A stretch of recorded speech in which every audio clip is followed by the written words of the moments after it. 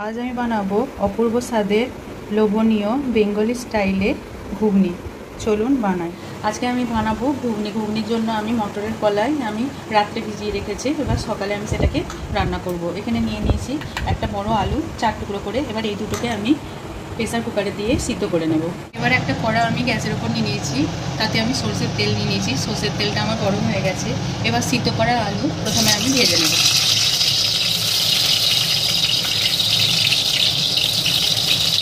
আলুটা ভাজা হয়ে গেছে, আমি আলুটা তুলে নেব।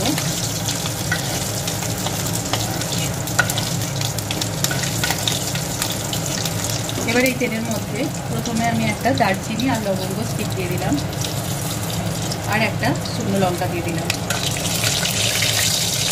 এবার একটু নেড়ে চেড়ে আমি এতে প্রথমে কিছুটা পরিমাণ কালো জিরে দিয়ে দিলাম।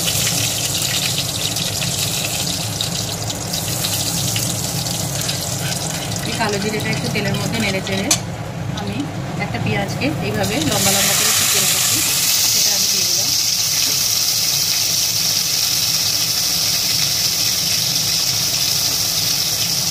তার সঙ্গে আমি কাঁচা লঙ্কা 3টে দিয়ে দিলাম।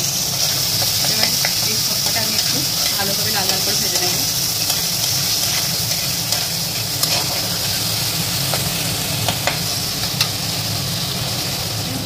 একটু লাল লাল হয়ে গেছে, এই সময় আমি আদা থেতো করে আমি এটা দিয়ে দেবো। আদাটা একটু নেড়ে চেড়ে তেলের সঙ্গে একটু ভেজে নেব।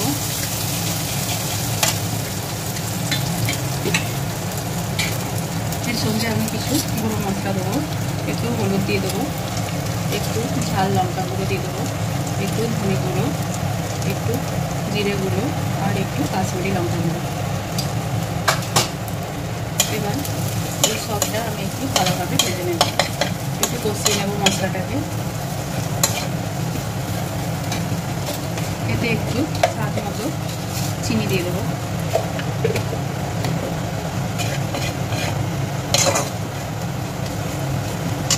এরপর এতে দিয়ে দেবো একটা টমেটোকে আমি কুচি করে নিয়েছি, একটু স্ম্যাশ করে দিয়ে দিলাম। এবার আমি একটু নুন দিয়ে দেবো।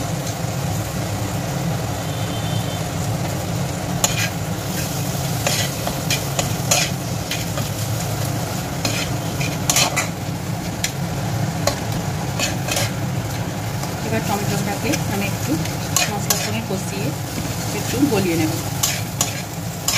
মশলাটা এইভাবে কষা হয়ে গেছে, এই সময় আমি ভাজা আলুগুলো দিয়ে দিলাম।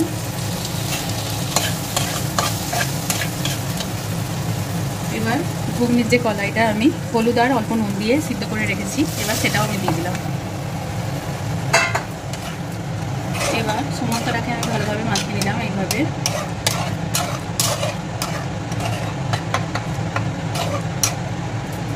সমস্তটা একটু ভালোভাবে সিদ্ধ হওয়ার জন্য আমি ঢাকা চাপা দিয়ে একটু ভাপিয়ে নেব। এবার কিছুক্ষণ আমি এটাকে ভাপিয়ে নেওয়ার পর এটা আমার পুরোটা সিদ্ধ হয়ে গেছে, একদম তৈরি আমার ঘুগনি।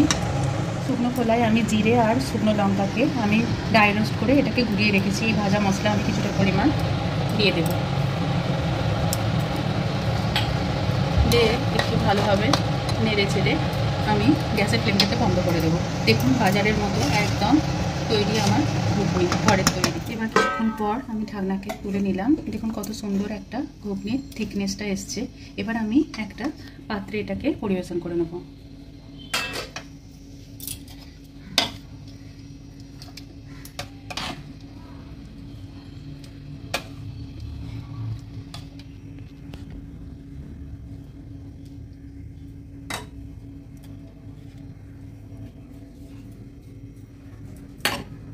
এবার একটা পাত্রে নিয়ে নেওয়ার পর আমি এতে প্রথমে একটু কুচনো পেঁয়াজ দিয়ে দেব,